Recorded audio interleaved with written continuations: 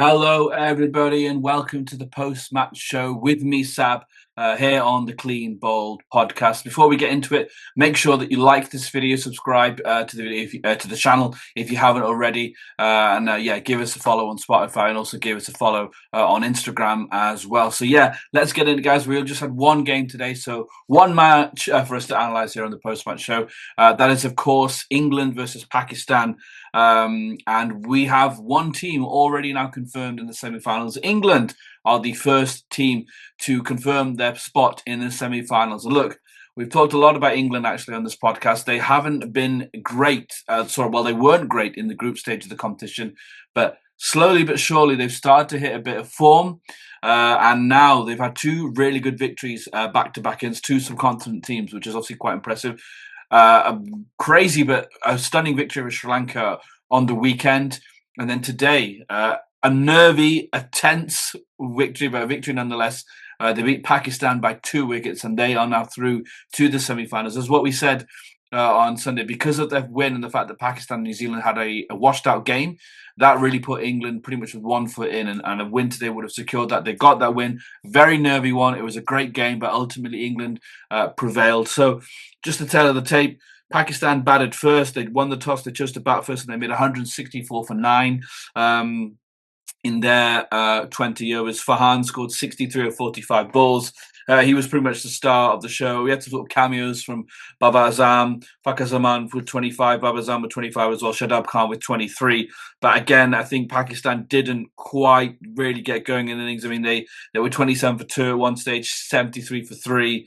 So they just kind of were pegged back really well by England, and then actually they started to lose quite a lot of wickets in the sort of latter half of their innings. So they couldn't really get a lot of momentum going. I mean, they probably would have been happy with 164, but you felt that they were probably 10 to 15 runs short. So that proved to be. Now, England were in trouble at one stage. I mean, they were 3 down quite quickly. Shaheen Shah Afridi, who's not had a great time of things as of late, as we all know, but he really came into it. You know, he took 3 wickets. In fact, England were 35 for 3 in the 5th over, so really kind of struggling. But the thing with England, they've got a long batting lineup. They really bat quite far down, so this is an advantage for them. We saw that with South Africa as well. That they need having a strong long batting lineup really is advantageous in this competition. So with England batting so far down, all the way up to 8 and 9, you know, they can, even if they are 3 down, they've got guys who can come in and bail them out. Today it was their captain who really stood up, Harry Brook, with a brilliant century of just 51 balls with a strike rate of 196.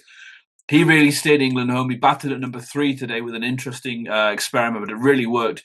He was brilliant at number 3. He really counter-attacked very well, but played very sensibly, but looked in real control. Brilliant innings of 100 from him. And he was ably supported again by Will Jacks with 28. I mean, now what a tournament he's having. But Harry Brook was the star because we didn't really have much else in terms of England. I mean, Phil Salt with a first ball duck. Josh Buttler continues to struggle. He only scored 2. Bethel scored 8. Bantam scored 2. Curran with a middling 16. Liam Dawson had 1. So Jamie Overton had a duck. So look, there wasn't a huge amount of contributions from this long batting lineup, even though we've spoken about how advantageous it is to have a long batting lineup.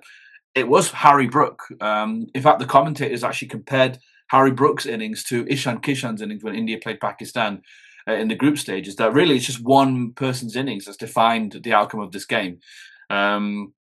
So Harry Brook is the difference between the two teams because England, even though they needed like 5 runs off the last 2 overs, they were starting to be pulled under a bit of pressure there. It's only just towards the end that they managed to get home. So it was quite tense. So again, Pakistan, had they scored another 10 runs, you never know, they might have won this game.